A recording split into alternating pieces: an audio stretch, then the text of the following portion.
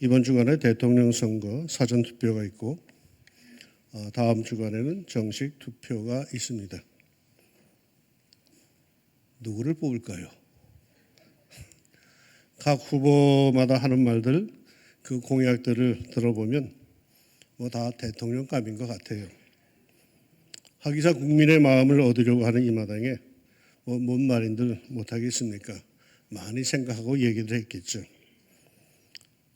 그러니 요즘 하는 그런 말만 듣고 순진하게 결정을 했다가는 어쩌면 낭패를 당할 수도 있습니다.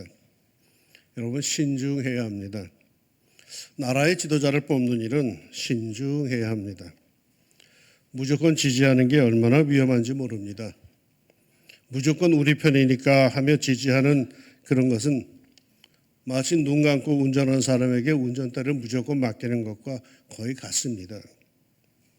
권력을 잡기 위해서는 별의별 말을 다 하게 되고 설령 그러다가 약간의 거짓말을 해도 죄가 되지 않는다고 우리 법원이 판결한 형편이기에 우리 국민들이 신중해야 합니다. 신중하지 못하고 섣불리 말만 듣고 흥분하여서 특정인을 지지하면 큰 어려움을 당하게 됩니다. 그런 백성들의 이야기가 오늘 성경 본문의 내용입니다.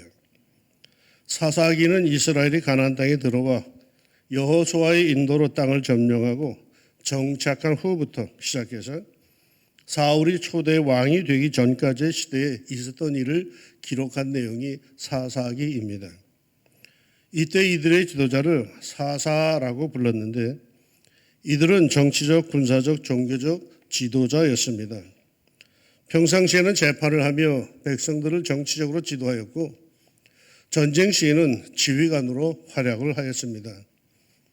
이들의 권위는 자녀들에게 자동 세습되지는 않았습니다. 그때 필요에 의해서 하나님께서 세운 하나님의 일꾼들, 지도자였던 것이죠. 사사기에 기록된 사사로서는 온니엘, 에훗, 삼갈, 두보라, 기드온, 돌라, 야일, 입다, 입산, 엘론, 압돈, 삼성 등이 있고 마지막 사사로는 사무엘이 있습니다. 그 중에 기드온, 그는 므낫세 지파로 당시 백성들의 바알 숭배를 타파하여서 이스라엘 백성들로 하여금 오직 하나님만 섬기게 하여 이를 계기로 여룻바알, 즉 바알을 치는 자라고 하는 별칭을 백성들로부터 얻었습니다. 동시에 그들을 괴롭히던 미디안족을 물리치는 위대한 사사였던 거죠. 그는 오브라 성읍에 거주하며 일을 하였는데 후에 백성들이 그를 왕으로 삼으려고 하자 아주 단호하게 거절을 합니다. 당시까지 왕의 개념은 이방인들의 개념으로 이스라엘 백성들은 철저하게 하나님께서 직접 다스리신다는 신념을 갖고 있었기 때문이죠. 그러기에 백성들의 요구에 그는 사사기 8장 23절에서 이렇게 분명히 말합니다. 기드온이 그들에게 이르되 내가 너희를 다스리지 아니하겠고 나의 아들도 너희를 다스리지 아니할 것이요 여호와께서 너희를 다스리시리라 하니라.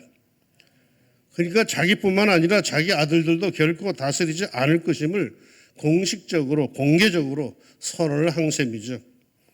그에게는 아들이 70명이나 있었고 세겜에서도 첩이 있어서 그녀에게서 아들을 얻었는데 아비멜렉입니다.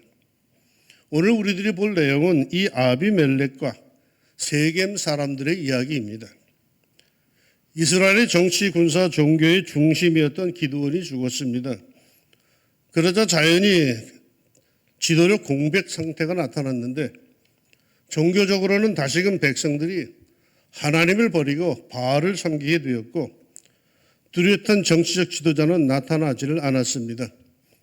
이에 아비멜렉이 야심을 품고 권력을 얻는 장면이 오늘 본문의 내용입니다. 그런데 그의 권력 획득 과정이 우리에게 시사하는 바가 좀 있는 것 같아요. 여룻바알의 아들 아비멜렉이 세겜에 가서 그의 어머니의 형제에게 이르러 그들과 그의 외조부의 집에 온 가족에게 말하여 이르되로 시작하는 오늘 본문 아비멜렉의 야비하고 옳지 못한 권력 야욕이 시작되는 걸 볼 수 있습니다. 무엇보다도 그는 정권을 잡기 위해서 자기의 라이벌이라고 할 수 있는 이복 형제 70명을 모함합니다. 성경 어디를 보아도 기드온의 70명의 아들들이 왕이 되겠다라는 내용이 없습니다. 더군다나 그들의 부친 기드온은 살아생전에 백성들에게 분명히 선언했죠. 자기뿐만 아니라 자기의 아들들도 결코 왕이 되지 않을 것이다 라고 했습니다. 그럼에도 아비멜렉은 그들이 정권을 쥐려 한다고 모함을 합니다. 그는 왜 이런 생각을 했을까요? 자신의 정권력으로 타인도 그럴 것이다 라고 판단한 거겠죠. 소위는 말이죠. 자기가 얻으려고 애쓰는 것을 남도 그렇게 애쓰리라 생각하며 자기의 생각대로 남도 판단을 합니다.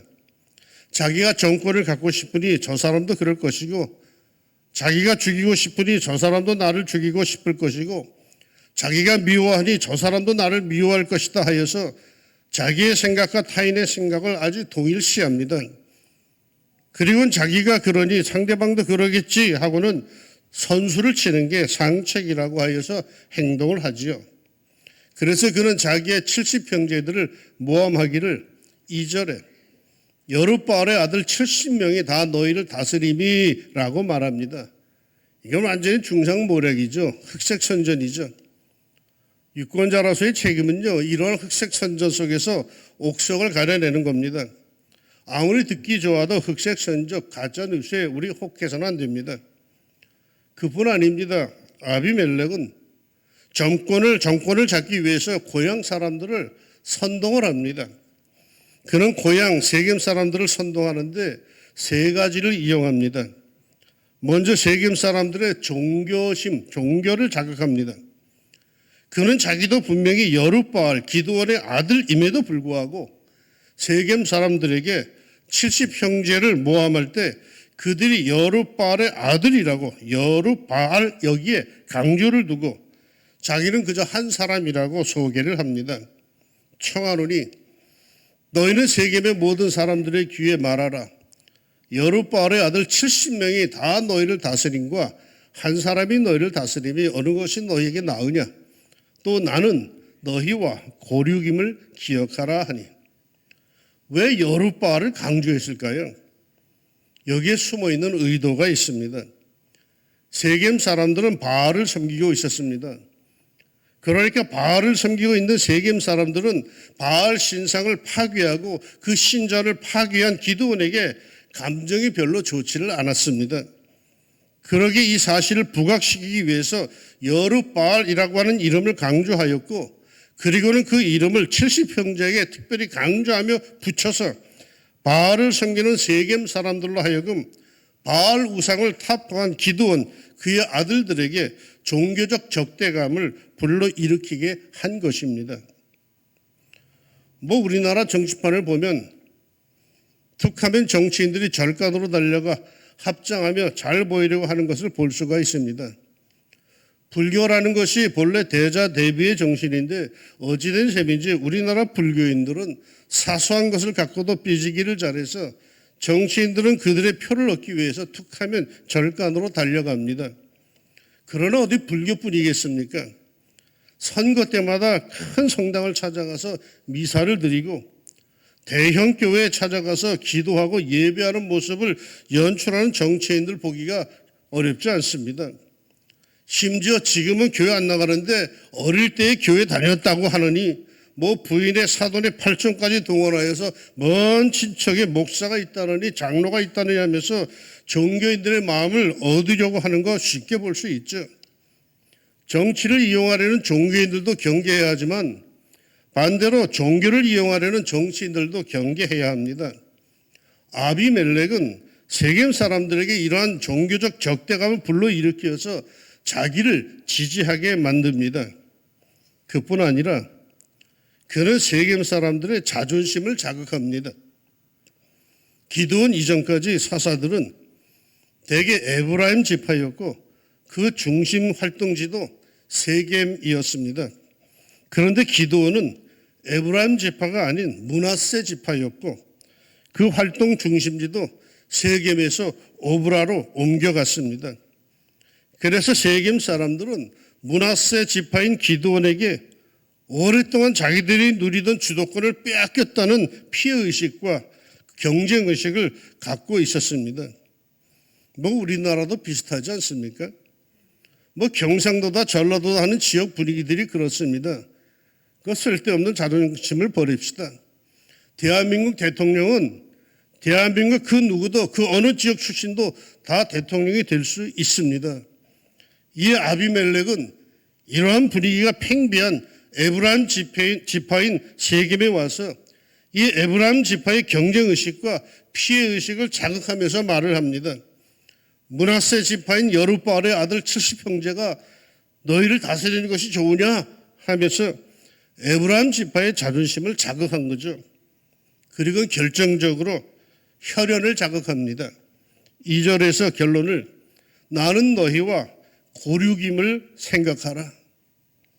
자신이 친척, 같은 핏줄임을 강조한 거죠. 한마디로 우리가 남이가라고 하는 거죠. 피는 물보다 진하고 혈연은 이성보다 강하다고 합니다. 이에 그의 선거 운동원들인 세겜 사람인 그 어미의 형제들, 즉 아비멜렉의 외갓집 사람들이 세겜 사람들에게 나아가 이렇게 아비멜렉을 선전하자 결국 세겜 사람들은 아비멜렉에게 마음이 기울어집니다.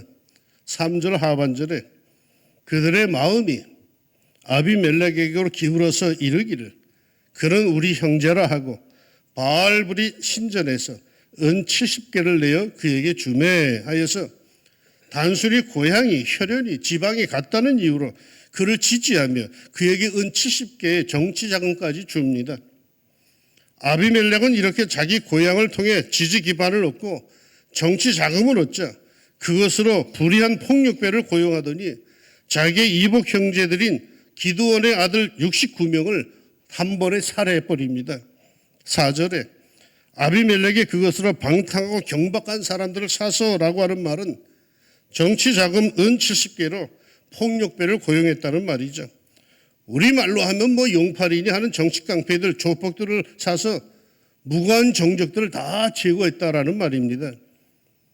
아무리 정의로 위장했어도 불의로 시작한 것은 마침내 불의로 끝을 내고 맙니다. 이렇게 하여 정치와 권력에 아무런 의지도 갖고 있지 않던 그저 평화롭게 살던 기드온의 아들 69명은 졸지에 목숨을 잃었고 그 중에 막내인 요담만이 겨우 살아서 도망을 쳤습니다. 이게 오늘 말씀의 내용입니다. 결국 이 아비멜렉은 이런 비열한 방법을 이용하여서 세겜의 사람들을 선동하고 그것을 기반으로 왕이 되었으며 세겜의 사람들은 그것을 환호했죠. 세겜 사람들은 아비멜렉의 욕심, 야망, 흉계를 제대로 보지 못하고 오직 고향 사람, 같은 혈육, 같은 문중, 같은 동창이라는데 분별력을 잃고 그 행위의 불의를 신중히 생각하지 않고 아비멜렉을 절대 지지하였습니다. 그 결과 어떻게 되었을까요? 이러한 불의에 하나님께서 침묵을 지키셨겠습니까? 하나님의 공의가 살아 있습니다. 9장 끝에 가면은 나타나는데 결국 이들의 관계는 3년 만에 끝장나고 맙니다. 22절 이하에 아비멜렉이 이스라엘을 다스린 지 3년에 하나님이 아비멜렉과 세겜 사람들 사이에 악한 영을 보내심에 세겜 사람들이 아비멜렉을 배반하였으니 이는 여룹바알의 아들 70명에게 저지른 포악한 일을 갚되 그들을 죽여 피 흘린 죄를 그들의 형제 아비멜렉과 아비멜렉의 손을 도와 그의 형제들을 죽이게 한 세겜 사람들에게로 돌아가게 하심이라. 아비멜렉은 세겜 사람들이 자신에게 등 돌릴 기미가 나중에 보이자 세겜 망대로 피해 있는 세겜 사람 1000명을 눈 하나 깜짝하지 않고 불살라 죽입니다. 그리고 나머지 사람들마저 죽이려고 데베스를 치다가 그 데베스 망대 위에서 한 여인이 집어던진 맷돌 윗짝에 맞아서 죽고 맙니다. 종교적으로 갖고 자기가 듣기 좋은 말만 하고 자기의 자존심을 세워주고 자기와 같은 혈연이라고 같은 고향이라고 해서 그 사람의 됨됨이, 그가 어떻게 살아왔는지를 간구하고 그 진심을 깊이 생각해 보지 않고 그 행동과 불의를 대단치 않게 여기고 단순한 외형적 공통력만을 환호하던 세겜 사람들은 결국은 큰 아픔을 당하고 말았으며, 아비멜렉은 자신을 절대 지지해 주던 사람들에 의해서 죽고 맙니다. 사랑하는 여러분, 경상도는 무엇이고 전라도는 무엇입니까? 게다가 또 충청도는 뭐며 강원도는 뭡니까? TK는 뭐고 PK는 뭡니까? 이게 무슨 OK 목장의 결투를 벌리자는 겁니까? 이 나라를 얼마나 우습게 보았기에 꼭 자기 동네에서만, 자기 당에서만 대통령이 나와야 한다고 생각을 하는 걸까요? 여러분, 잘 선택합시다. 아비멜렉이 옛날에는 한 명이었지만 요즘에는 아비멜렉이 수도 없이 많아요. 자기의 정치적인 야망을 위해서 수단과 방법을 가리지 않는, 아무리 본래 정치가 그렇다 하더라도 거기에도 나름대로 정도가 있을 텐데 그것은 보이지 않고 오로지 정권을 잡기 위해서 할 수 있는 것은 다 하는 사람들, 중상모략, 선동, 지방분열, 직장분열, 불신저장, 추잡함들.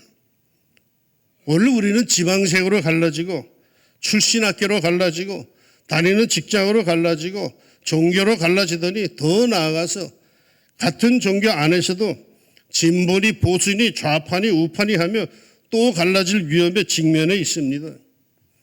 목사님들의 세계에서도, 신부님들, 스님들의 세계에서도 정치 이야기, 정당 이야기가 나오면 아주 살벌하답니다.